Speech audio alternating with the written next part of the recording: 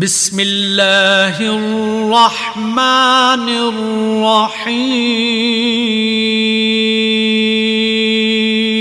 رمضان کا مہینہ آیا تو میرے نبی کا اعلان ہو گیا، ایک فرض 70 فرض کے برابر ہو جاتا ہے تمہارا، نفل فرض کے برابر۔ فرض اور نفل میں فرق کیا ہے؟ حضرت علی ہی کا فرمان ہے کہ جس شخص نے ایک فرض روزہ چھوڑ دیا پھر قیامت تک اس کی قضا میں نفل روزے رکھتا رہا تو ایک روزے کا یہ سارے روزے بدلہ نہیں ہو سکتے۔ ایک نماز چھوڑ دی اور پھر اس کی قضا میں قیامت تک نفل پڑھتا رہا تو فرض نماز کی ایک رکعت کے ایک سجدے کے برابر بھی نہیں ہے۔ فرض میں اتنی طاقت ہے۔ تو اللہ کی رحمت کیسے متوجہ ہوتی ہے کہ رمضان کے مہینے میں اللہ فرماتے ہیں میرے محبوب کی امت ہے، ایک فرض کو 70 کے برابر کر دو، اور پھر فرماتے ہیں نفل کو فرضوں کے برابر کر دو، اور پھر فرماتے ہیں جو رات کو تراویح پڑھے گا، دن میں روزہ رکھے گا، آخری رات اسے ایسے دھو کے پاک کر دوں گا کہ اس کے ذمے گناہ کا ایک ذرہ بھی باقی نہیں بچے گا، سب گناہ اللہ تعالیٰ اس کے معاف فرما دے گا۔ اور میرے نبی نے فرمایا من صام رمضان ایمانا و احتسابا، دوسری بھی من قام رمضان ایمانا و احتسابا، جس نے روزہ رکھا اللہ کی رضا کے لیے، جس نے تراویح پڑھی اللہ کی رضا کے لیے، اس کے پچھلی زندگی کے سارے گناہ اللہ معاف فرما دیتا ہے۔ رات کا قیام کسی امت کو نہیں ملا۔ دیکھو روزہ سخت تھا تو ان کا قیام اللیل نہیں تھا، چونکہ وہ اپنی کتاب پڑھ سکتے ہی نہیں تھے۔ رمضان میں اللہ نے آسمانی کتابیں اتاری، یکم رمضان کو ابراہیم علیہ السلام پر، 2 رمضان کو تورات موسیٰ علیہ السلام پر، 8 یا 6 رمضان کو موسیٰ علیہ السلام پر ان پر داؤد علیہ السلام پر زبور کو اتارا، اور 12 یا 18 رمضان کو عیسیٰ علیہ السلام پر انجیل کو اتارا، اور 21 رمضان کو اللہ تعالیٰ نے پیر کی رات لیلۃ القدر میں غار حرا کے اندر اللہ تعالیٰ نے اپنے محبوب پر کتاب کو اتارا۔ وہ کتابیں فل آ گئیں، لکھی لکھائیں۔ قرآن فل نہیں آیا، قرآن صرف ایک سورت کے 19 الفاظ آئے بس، اور پھر 23 برس میں قرآن اترا۔ کتنے انبیاء ایسے گزرے ہیں جن کے پاس جبریل زندگی میں ایک دفعہ آیا، زندگی میں جبریل ایک دفعہ، اور ایک سے لے کر آگے کوئی تعداد مقرر نہیں ہے، 100 دفعہ 200 دفعہ، لیکن آپ حیران ہوں گے ہمارے نبی پر جبریل 23 برس میں 24,000 دفعہ آئے، 24,000 دفعہ، جو ایک عجب العجائب ہے، عجب العجائب ہے۔ تو میرے بھائیوں، رات کی تراویح، دن کا روزہ، تراویح میں کیا ملنے والا ہے؟ میرے نبی کا فرمان ہے ہر سجدے پہ 1,500 نیکی، ہر سجدے پہ 1,500 نیکی۔ تھوڑی اپنی کاروباری مصروفیت گھٹاؤ، اپنی کاروباری مشقت گھٹاؤ، اپنے ملازموں کی بھی مشقت گھٹاؤ، تاکہ وہ تراویح پڑھ سکیں، روزہ رکھ سکیں، بشاشت سے پڑھ سکیں، اور اللہ کا فضل ہے ڈھیلے سے ڈھیلا حافظ بھی ہو تو 1.5 گھنٹے میں سارا کچھ نمٹ جاتا ہے۔ اتنی سی ہمت کرو میرے بھائیوں کہ افطاری میں تھوڑا کھاؤ۔ اگر تم پہلوانوں کی طرح شروع ہو گیا نا، پھر تو تم سے عشاء بھی نہیں پڑھی جائے گی، تراویح تم نے کیا پڑھنا۔ روزہ جسم کی فالتو چیزوں کو جلاتا ہے، روزہ ایک قوت پیدا کرتا ہے ایمانی شیطان کے خلاف۔ وہ کیسے پیدا کرتا ہے شیطان کے خلاف؟ اللہ تعالیٰ حلال کو بھی حرام کر دیتا ہے۔ جب بیوی کو بھی شہوت سے دیکھنا حرام ہو گیا اور یہ اس پہ قابو پا گیا تو اوروں کی عزت کو یہ حرام نظر سے کیوں دیکھے گا؟ جب یہ حلال کھانا چھوڑ گیا تو یہ جھوٹ کیوں بولے گا، یہ گالی کیوں دے گا، یہ غیبت کیوں کرے گا؟ جب یہ کان میں دوائی ڈالنا چھوڑ گیا کہ روزہ ٹوٹ جاتا ہے تو یہ اوروں کی غیبت کیوں سنے گا، اوروں کی برائی کیوں سنے گا؟ جب یہ آنکھ میں دوائی نہیں ڈالتا ہے کہ وہ حلق میں جاتی ہے، وہاں سے وہ پیٹ میں چلی جاتی ہے، روزہ ٹوٹ جاتا ہے، تو یہ ان آنکھوں سے غلط کیوں دیکھے گا؟ یہ غلط کیوں کسی کی عزت کے اوپر اپنی بددیانت نظر کو ڈالے گا؟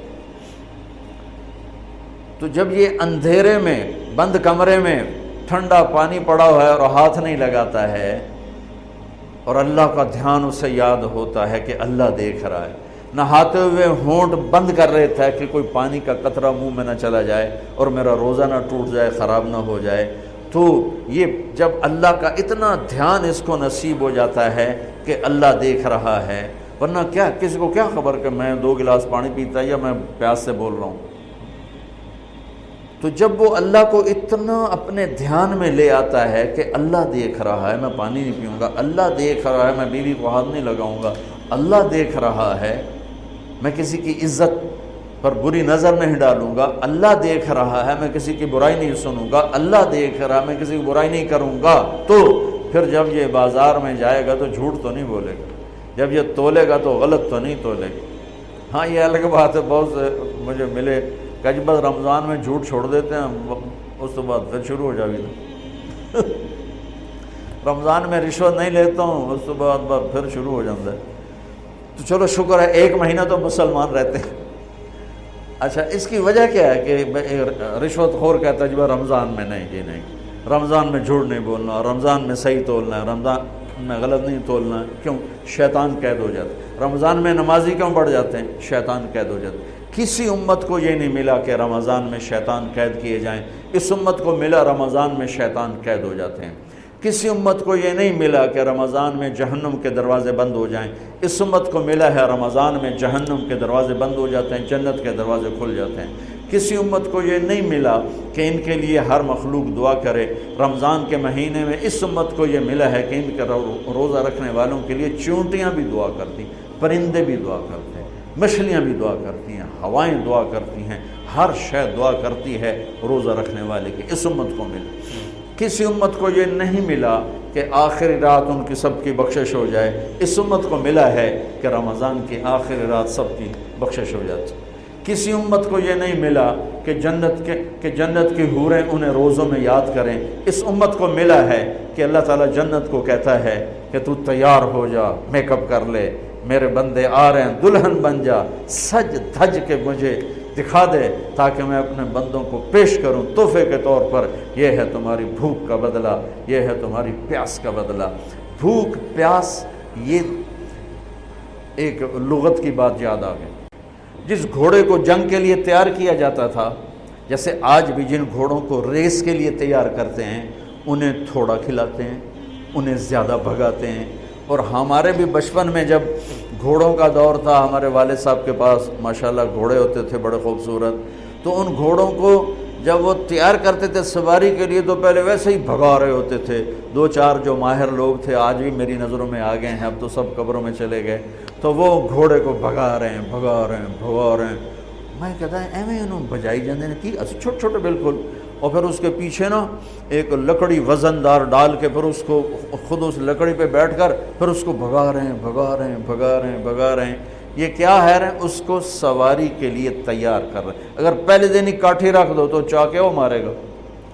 تو جس گھوڑے کو جنگ کے لیے تیار کر دیا گیا ہو، یا آج کے دور میں سمجھ لو جس گھوڑے کو ریس کے لیے تیار کر دیا گیا ہو کہ یہ ریس کے لیے تیار ہے، اس کو کہتے ہیں خیل صائم، فرس صائم، روزے دار گھوڑا۔